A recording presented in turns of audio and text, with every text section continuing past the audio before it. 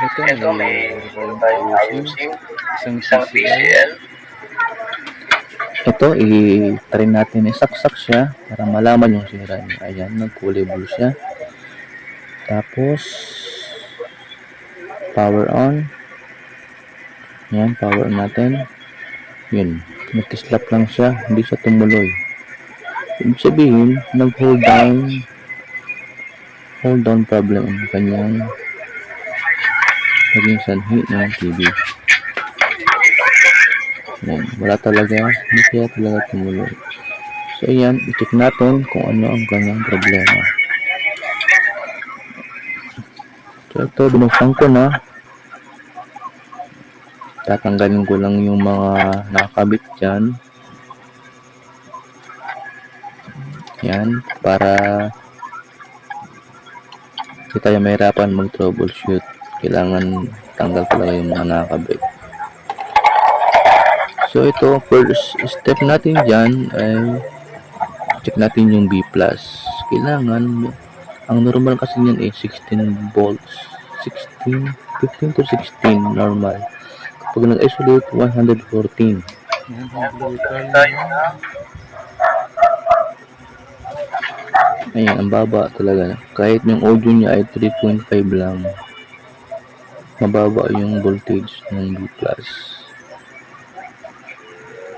So ito, kailangan gumamit ako ng digital capacitor tester. Maganda ito kasi di mo na kailangan tanggalin yung pyesa. Yung capacitor niya sa kanyang board. Mas madali ang pag-troubleshoot pag mayroon kang ganito. So ito, i-check ko yung 160 volts by 47 microfarad. Bali dalawa yan nakakabit dyan eh.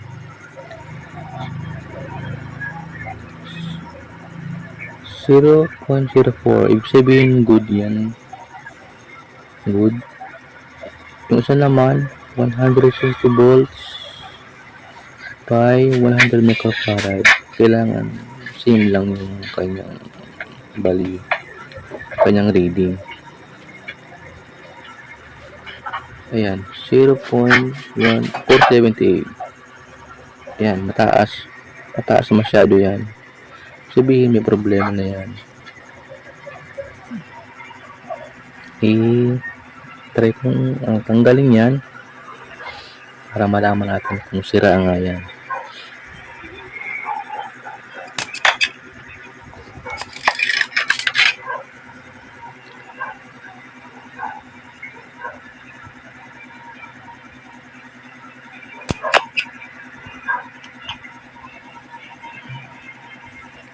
Ayan, binumuot ko na yan para makita.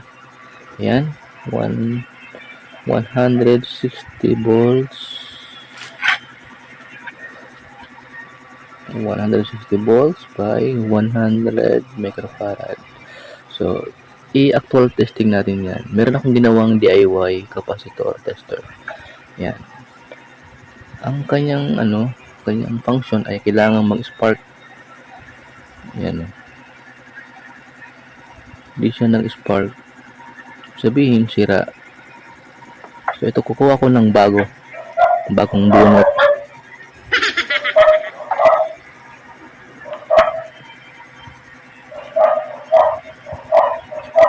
Ayan, same pa rin yan. Same voltage at saka same microfarad. 160 volt by 100 microfarad. Kailangan mag-spark yan. Ayun, malakas. Malakas. Ibig sabihin, good. Yan ang maganda, actual testing para walang kawala talaga yan. Ayan yung sira yan. Wala talaga. Dry talagang capacitor. Wala na. Hindi na siya nakakapag-charge. So ito, yung bagong bunot, ikakabit ko na siya. Yan, kakabit natin yan para malaman kung okay na yung TV. Sana yan lang ang problema yan. sa mga baguhan, kailangan nyo alamin yung polarity niyan. Yung may marking, yan yung negative. Yung wala, yan yung positive. Ingat lang kasi nasa B class.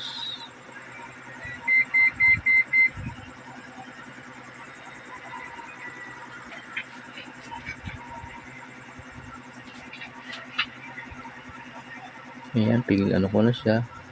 Pigsulda ko na.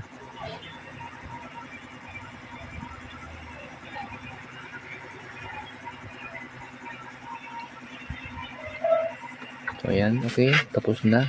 I-check natin ulit yung B+. Kailangan maging normal na yan. Dapat may 15 to 16 volts yan. Hindi pa yung nag-isolate dapat. O, ayan o, tama. 16. Tapos, magiging 114 yan kapag nag-power on na. Yan. I-jumper ko lang yung power switch button yan. Jumper ko lang gamit ng tweezer para mag-on yung TV yan. Ano ko lang yan. Jumper ko lang yan. Ayun o. 114. Ayan. Nag-source yung TV. Sabihin, din mo sa 114. Yung kanyang, yung dating audio niyan na 3.5, yung voltage niyan, kailangan tumaas din. Yung 11 volts. Ayan, okay na siya na. So, ayan nga, may picture na siya. Yung kulay lang ang medyo kailangan i-adjust natin. Pero okay na rin yan.